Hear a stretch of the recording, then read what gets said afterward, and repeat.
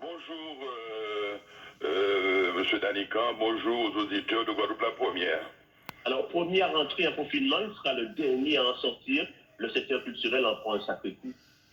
Voilà, alors permettez-moi tout d'abord de pouvoir saluer la mémoire d'un ami qui vient de nous quitter. Il s'agit de M. Fred Zita, qui était un homme politique, mais aussi surtout un homme de culture, de grande culture.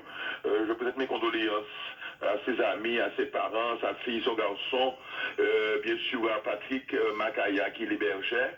Et puis j'ai une pensée aussi émue pour les membres du COPIL de l'année Aristan Barom. Nous aurons une année tranquille et la question se pose de savoir comment continuer les événements et bien sûr ou éventuellement reporter l'année. Alors c'est vrai que le monde de la culture est le premier touché puisque nous sommes les premiers rentrés en confinement, nous serons les derniers à en sortir. Je le rappelle volontiers, la culture est une part importante de l'économie de la Guadeloupe. C'est une part supérieure à la banane et à la canne réunies. Et très souvent, les gens ne se rendent pas compte que la culture prend une place importante dans leur vie de tous les jours.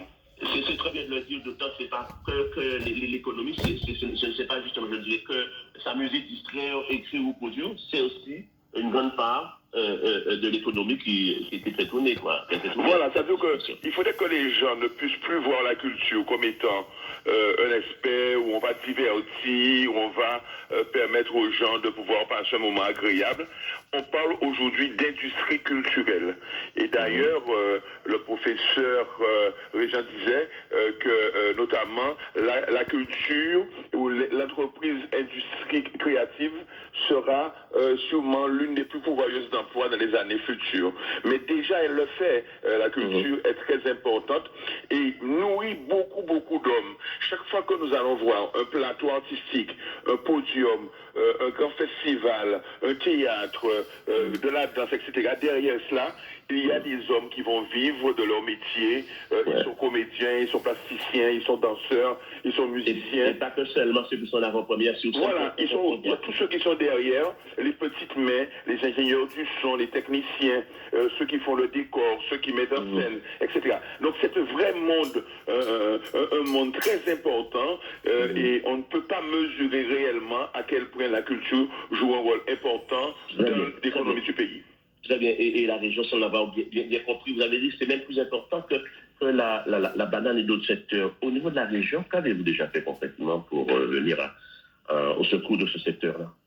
Alors tout d'abord, il faudrait qu'on rassure les professionnels de la culture pour leur dire que ils font partie intégrante du monde économique de la Guadeloupe et qu'à ce titre, ils doivent émarger à l'ensemble des aides que nous mettons en place au niveau du développement économique. Nous avons des aides d'urgence, ils peuvent se rapprocher du service de développement économique pour y prendre part. Nous avons aussi tout un dispositif que nous avons déjà mis en place. Le 20, le président de région a fait voter un ensemble de mesures pour permettre un soutien à l'économie du pays. Donc, le monde culturel y a droit. Et puis, nous sommes en train aujourd'hui de réfléchir sur l'aspect des associations, puisque nous savons que beaucoup d'associations, le tissu associatif joue un rôle important dans le soutien au développement culturel. Ils emploient des permanents, ils font appel à des intermittents du spectacle et tout ça. Donc nous devons aussi leur porter un coup de main. Ils font partie de l'économie sociale et solidaire. Et je crois que pour cela, nous devons porter une attention particulière. Mais M. Danica, permettez-moi de vous dire aussi que les artistes, les comédiens, toutes ces personnes qui parfois sont sous la scène, ce sont des travailleurs indépendants parfois, qui n'ont pas de structure pour les encadrer. Ce sont des intermittents de spectacle. Et là aussi, nous sommes en train de penser à des types d'aides pour les aider, parce que ce sont des auto-entrepreneurs ou des entreprises unipersonnelles. Vous les avez identifiés, comment concrètement les contacter? Alors, nous avons déjà toute une liste, je dirais, de professionnels qui ont déjà fait appel à nous dans d'autres moments, puisque il y a des demandes de subventions, il y a des demandes d'aide, il y a des demandes de soutien à la production au niveau des porteurs de projets.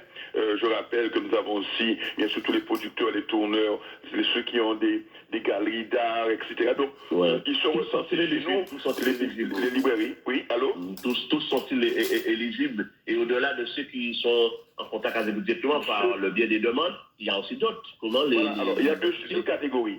Tous ceux qui sont des professionnels sont éligibles, puisque ils ont un numéro de SIRET, leur entreprise est déclarée, tout ça. Maintenant, il y a la pratique amateur.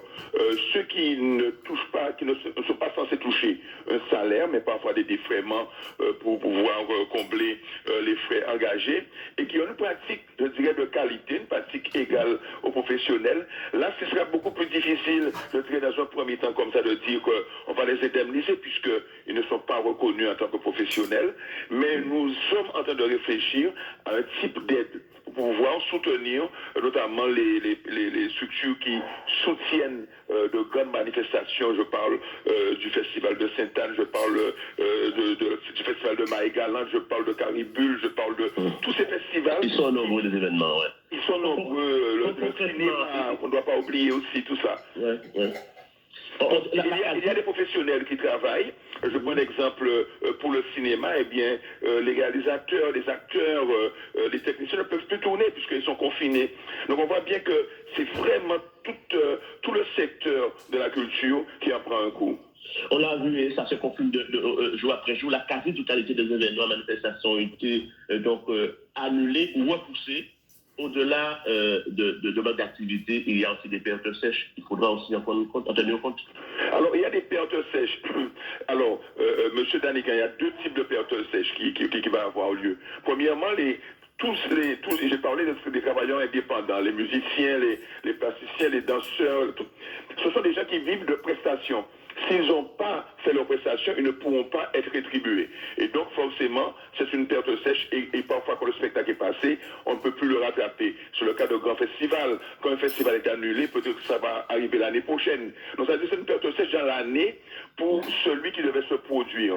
Mais nous avons aussi, pour ces grandes manifestations, le fait que le tissu économique traditionnel étant touché, ce dont on a peur, c'est que les entreprises n'ayant plus les moyens d'avant ne puissent plus aider les grandes manifestations en termes de sponsoring pour pouvoir leur permettre de pouvoir combler leur besoin de production.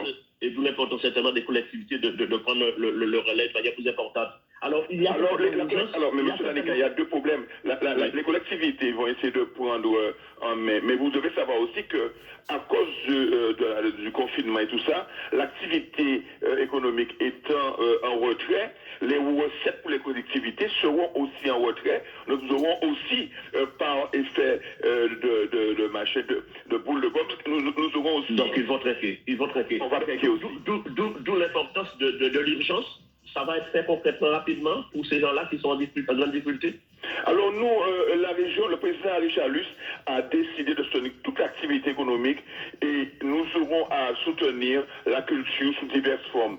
Permettre que nous puissions assurer le financement des subventions, maintenir les subventions, mais accélérer les délais. Malheureusement, on est confiné, on doit prendre parfois des décisions en commission thématique et tout ça. On peut plus le faire maintenant, mais on va tout faire pour que la culture sorte grandie, parce qu'on ne peut pas imaginer une vie sans culture.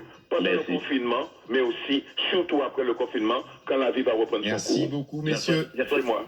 Merci, bonne journée. Bonne journée à vous, bonne journée à tous. Eh oui.